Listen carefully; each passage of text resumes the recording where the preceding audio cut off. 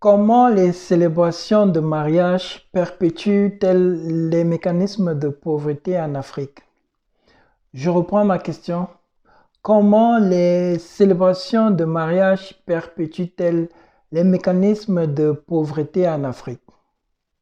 Chers amis, la dernière fois, nous avons parlé des célébrations de deuil comme facteur endogène de la pauvreté en Afrique. Aujourd'hui, nous restons toujours dans le cadre des célébrations, mais pour parler de mariage, de quelque chose de plus gai. Je tiens cependant à faire une simple clarification.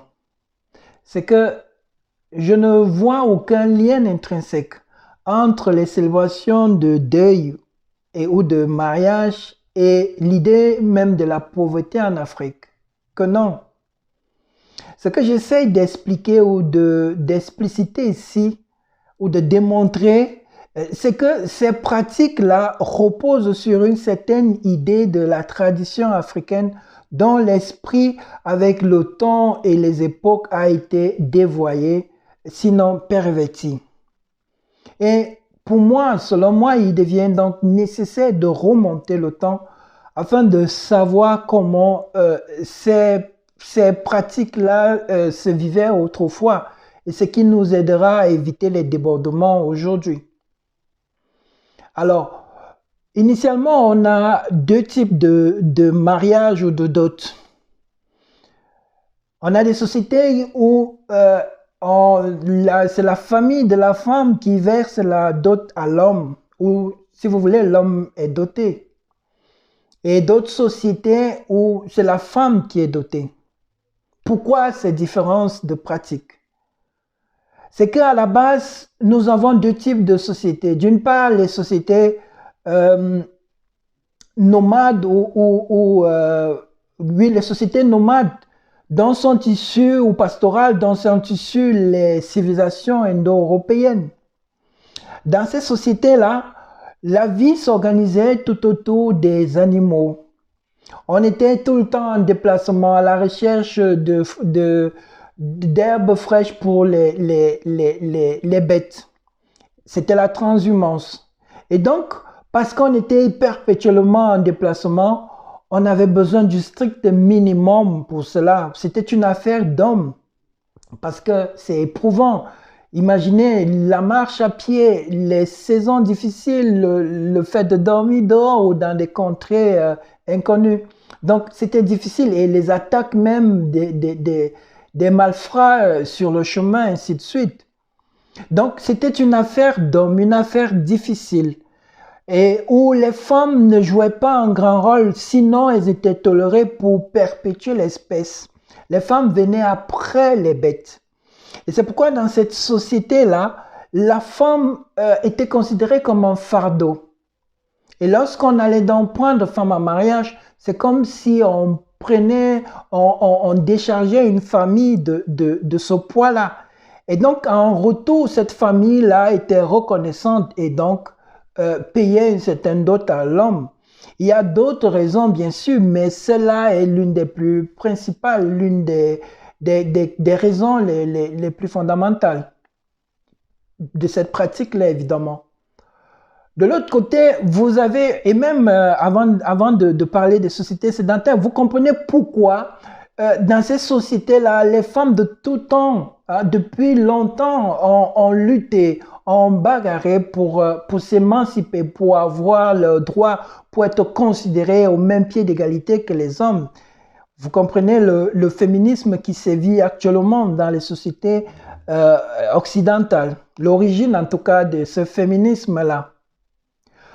Vous avez aussi les sociétés sédentaires, notamment africaines, où la femme était centrale parce que son importance était louée ou louable dans les champs, au village. La femme, comment dirais-je, était une pièce importante, une pièce maîtresse de l'organisation socio-culturelle, socio-politique, socio-économique de la société, du village. Sur le plan juridique, par exemple, elle siégeait avec les notables lors d'un procès. Il lui revenait le dernier mot, la dernière sentence. C'est elle qui l'a prononcée parce qu'elle était le symbole même de la justice, de la mat africaine. Si elle n'était pas prêtresse, elle était reine, elle était déesse, elle était pharaon, elle était amazone. Bref, la femme pouvait devenir ce qu'elle voulait. Et elle l'était d'ailleurs. Vous comprenez donc que dans cette société, venir prendre femme, c'est venir enlever à la société, à la famille, au village, un apport inestimable. Et c'est pourquoi donc on était, comment dirais-je, on savait le tort qu'on causait à ces familles-là, à ce village-là, et donc on apportait quelque chose en guise de compensation, si vous voulez. Et c'est l'origine de la dot qu'on versait à la femme. En Afrique, donc, la femme a été louée de tout temps. Il me vient d'ailleurs à l'idée ce beau poème de Kamaralai, je pense. Cet hymne à la femme noire, à la femme africaine. Femme noire, femme africaine, ô toi ma mère, je pense à toi. Ô Dama, ô ma mère, toi qui me portas sur le dos, toi qui m'allaitas, toi qui gouvernas mes premiers pas, toi qui la première ouvris mes yeux aux prodiges de la terre. Ô toi ma mère, ô Dama, femme des champs, femme des rivières, femme du grand fleuve, je pense à toi, ô ma mère. Ce beau chant, ce beau hymne à la femme, à la beauté africaine, qui l'a oublié, qui ne le connaît pas. En tout cas, il faut lire Kamaralai. Je pense aussi, en ce qui concerne l'importance de la femme africaine, à ce roman de Tchekamido Khan, L'aventure ambiguë, où on voit le rôle que joue comment on l'appelle, la reine-mère, qui siège à côté de la grande royale, pardon, qui siège à côté du chef des Dialobé pour discuter avec lui de l'avenir des jeunes du village, s'il faille ou non les laisser aller à l'école occidentale pour apprendre à lier le bois au bois, pour percer le secret de la science des Blancs. Et la grande royale va finir par convaincre le chef des Dialobé qu'il faille laisser les enfants aller à l'école occidentale. Donc, vous voyez encore le poids d'une femme dans les grandes décisions de la société. Et donc, la femme africaine n'a pas eu besoin d'émancipation, de lutte d'émancipation, je veux dire, sa place, elle a toujours eu sa place dans la société.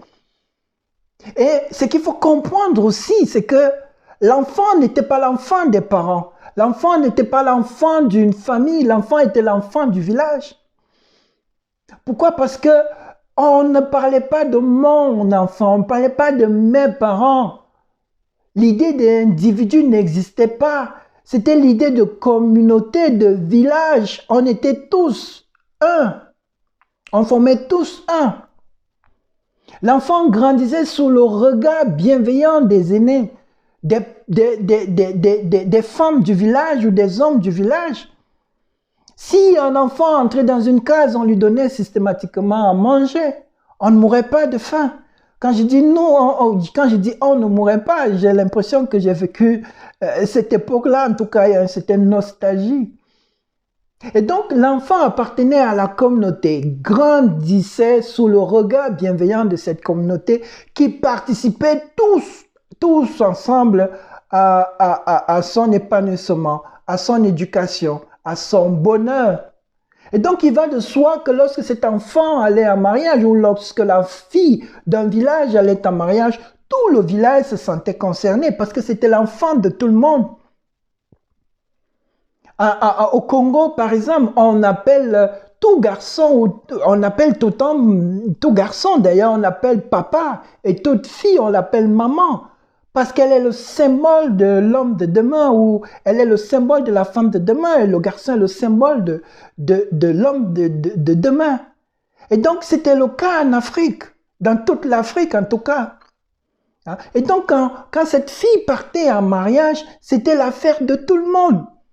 Et donc, lorsque vous venez prendre une femme en mariage, vous venez prendre, en fait, vous venez épouser toute une famille, tout un village, toute une tribu, tout un clan. Et pareil aussi, le garçon, dans son village, avait vécu la même chose que la fille. Et donc, c'était l'union finalement entre deux villages, entre deux clans, entre deux tribus. Et tout cela sous le regard bienveillant de tous. Et c'est comme ça que les vrais mariages se tissaient autrefois, les vraies unions se tissaient autrefois, les vraies ententes entre les clans, entre les tribus se tissaient autrefois.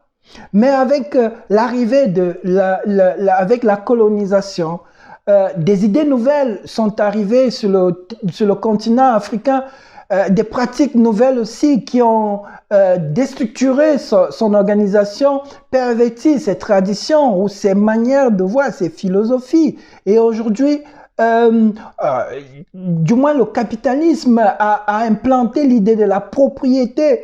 On a commencé à parler de mon, de ma femme, mon enfant, mon ceci, mon héritage. Et donc, l'individu a commencé à s'opposer à la société, au village, au clan, à la tribu, pour faire son petit bout de chemin.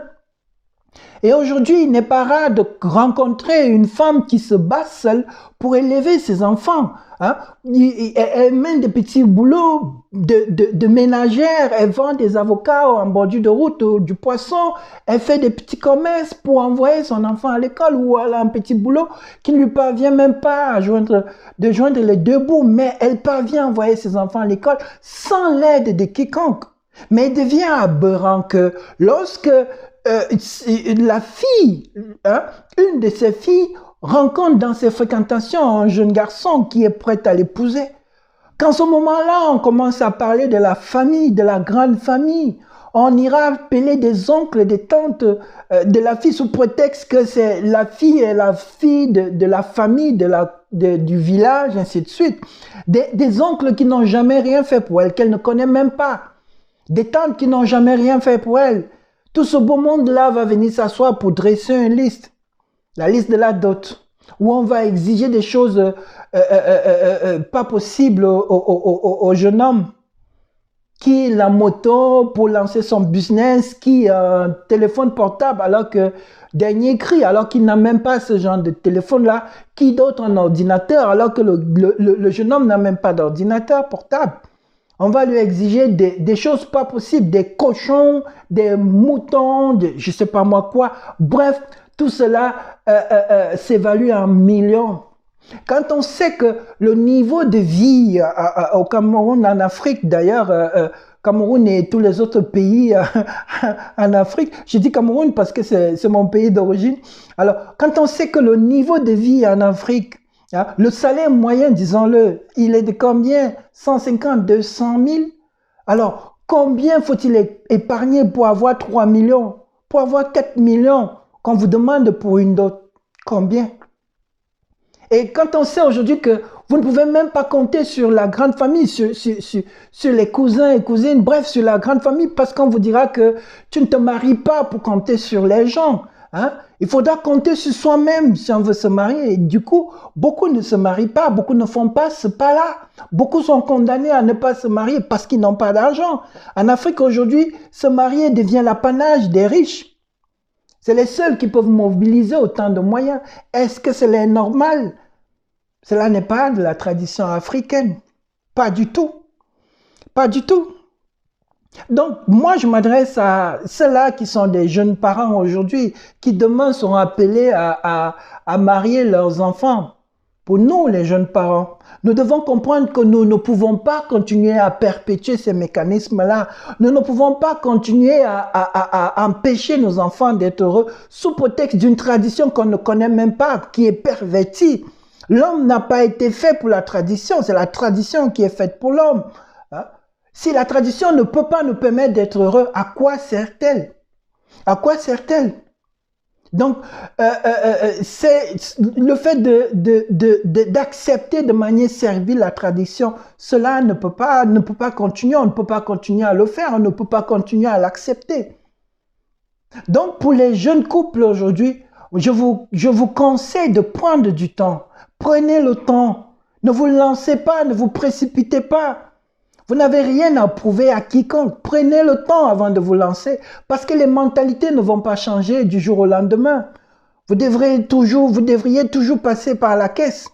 Mais alors, au lieu d'investir le peu que vous avez, au lieu d'investir vos petites économies, au lieu même d'aller vous endetter et de commencer une vie déjà paumée, surtout pour les hommes, prenez le temps de prendre du recul vis-à-vis de ces pratiques-là.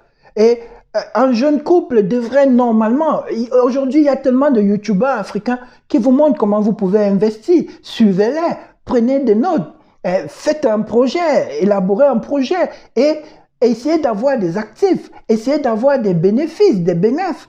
Et selon moi, ce sont ces bénéfices-là qui peuvent vous permettre ou qui devraient vous permettre d'investir dans des actions passives, hein, dans des activités passives comme le mariage. Hein. Comme ça, vous investissez dans le mariage, hein, les gains de votre activité et après, votre activité continue à générer et peut-être même que vous avez votre travail. Et non pas comme cela c'est toujours fait aujourd'hui, hein, vous mariez comme si c'était la fin du monde, comme si c'était le plus grand projet d'une vie, hein, et après cela, vous passez votre vie à rembourser. Ou alors que, voilà, l'homme est tellement dans le stress avec toutes ses dépenses qu'il commence une vie, sa vie de jeune marié étant paumé, étant stressé. Où est le bonheur dans ça? Où est le bonheur? Je pourrais revenir là-dessus pour une autre vidéo. On sait que l'homme, hein, de nature précède la femme dans l'au-delà, c'est-à-dire que l'homme est appelé à partir avant. Mais en Afrique, cela est se vit de manière précipitée. Les hommes meurent très vite, très tôt en Afrique. Pourquoi? À cause de tout ce stress-là.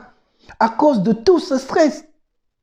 Non seulement il faut payer, il faut stresser pour la dot, il faut stresser pour le mariage, mais après on vous dit que le mariage ne finit pas, la dot ne finit pas. Donc vous serez appelé à porter la belle famille durant toute votre vie. Mais où trouver ces forces-là lorsque vous gagnez à peine 100 000, 150 000, 200 000? Où trouver la force de gérer tous ces problèmes? Alors les hommes vivent dans le stress permanemment en Afrique. Hein? Les hommes ne sont pas heureux, il faut le dire. Peut-être ceux qui sont mariés et ceux qui ont de l'argent vivent heureux. Mais la plupart des hommes en Afrique sont résignés face à un système, face à une tradition qui les absorbe, qui les broie, qui les rend malheureux et pauvres. Il faut avoir le courage de le dire. Surtout que ce n'est pas ça la tradition africaine. Non, ce n'est pas ça la tradition africaine. Aujourd'hui, tout ce qu'on a retenu de ces traditions pourtant loin, pourtant nobles de nos aïeux, de nos grands-parents, c'est l'aspect festif, l'aspect matériel. Lorsqu'on va s'asseoir lors d'un mariage de notre fille ou je ne sais pas moi de qui, ce n'est pas avec un regard bienveillant, c'est tout simplement parce qu'on veut manger, parce qu'on veut boire, comme si la vie d'un Africain ne se limitait qu'à cela. Manger, boire. Est-ce que cela est normal? Non. Chers amis, apprenons à changer nos mentalités, apprenons à changer nos pratiques. Nous aussi, nous sommes appelés à être heureux en Afrique. Nous devons vouloir ou souhaiter le bonheur pour tous. Et pas seulement pour ceux qui ont de l'argent, pas seulement pour ceux qui sont riches. Le changement, c'est maintenant. Voilà ce que j'avais à vous dire. Je vous donne rendez-vous très prochainement pour une autre vidéo. Portez-vous bien. Ciao à tous. Big up.